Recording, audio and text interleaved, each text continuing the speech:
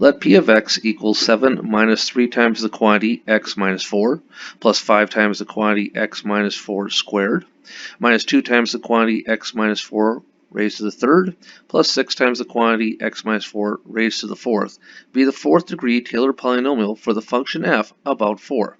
Assume f has derivatives of all orders for all real numbers. Part A. Find f of 4 and the third derivative at 4. Since a Taylor polynomial can be written as a summation as n goes from 0 to infinity of the nth derivative at your center A divided by n factorial and then multiplied by the quantity x minus your center of A raised to the n. In order to find f of 4, we must go back to p of x, specifically its constant 7, because it would have been the result of f of 4 divided by 0 factorial times the quantity x minus 4 raised to the 0. But because we don't see a quantity there and that quantity is raised to 0, it really becomes irrelevant for this part of the problem. And just remember that f of 4 will just simply be divided by 0 factorial. But if f of 4 is being divided by 1, then we can simply just say that 7 equals f of 4. We can use the same logical work when figuring out our third derivative of 4.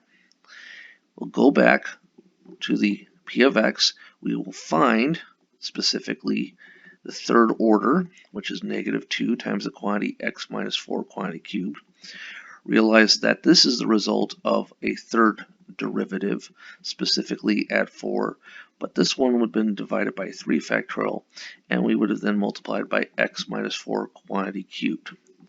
If we remove the x minus 4 quantity cubes from both sides, then we realize that negative 2 would have been the result of just simply the third derivative at 4 divided by 3 factorial. So if we multiply both sides by 3 factorial, we would have found the third derivative at 4. But just to be a little bit more specific, 3 factorial is 6, which means negative 12 equals the third derivative at 4. Part B. Write the second degree Taylor polynomial for f prime about 4 and use it to approximate f prime of 4.3. Since f of x is already being approximated by p of x, it would make logical sense to say that f prime of x should be able to be approximated by p prime of x. Therefore, we're going to need to find the first derivative of p. And since it will involve the chain rule, let's make our lives a little bit easier.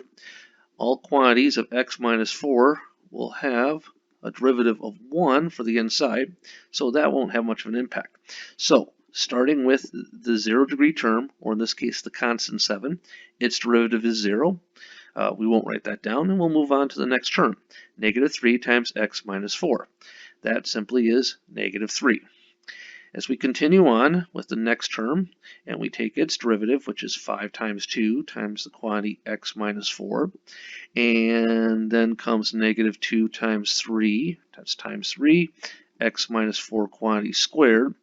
I could do the last term of the p of x, but the problem is it specifically said a second degree Taylor polynomial, and that's what I have right here, a second degree.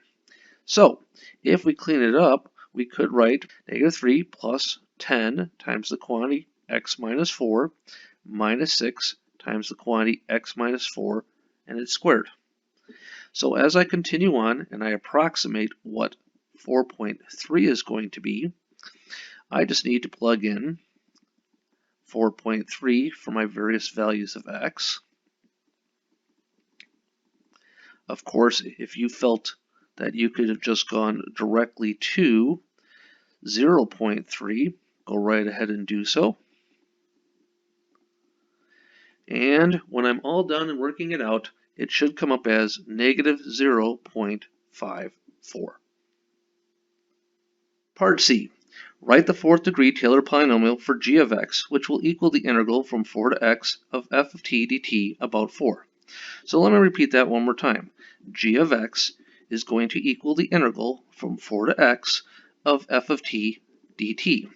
But since f of x can be approximated by p of x, let's rewrite the integral so that it now goes from 4 to x of p of t dt.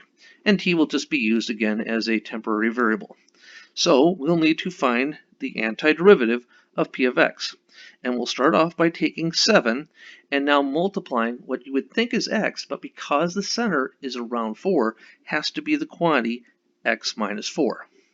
Then we will move on to the next term and go negative 3 halves times x minus 4 quantity squared. Then we'll move on to 5 over, let's say 3 times x minus 4 quantity cubed. And then we'll finish it up by going minus 2 over 4 times x minus 4 raised to the 4th. And the reason I stopped there is because the problem said it's a 4th degree Taylor polynomial, and pretty much that's our final answer. If you would like to simplify it because you just feel a need to, take that negative 2/4 and rewrite it as negative 1/2. Part D, can f of 3 be determined from the information given? Justify your answer. Well, what we need to do is remember what happened in A.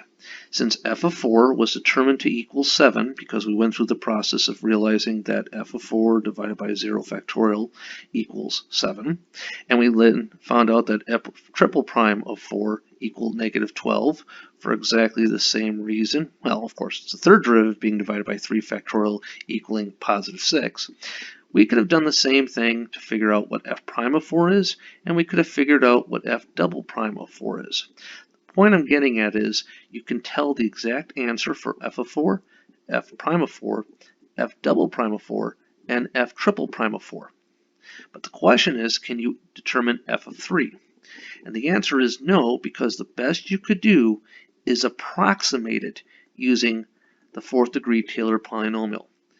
Cannot be determined, it can be approximated. So the answer is no.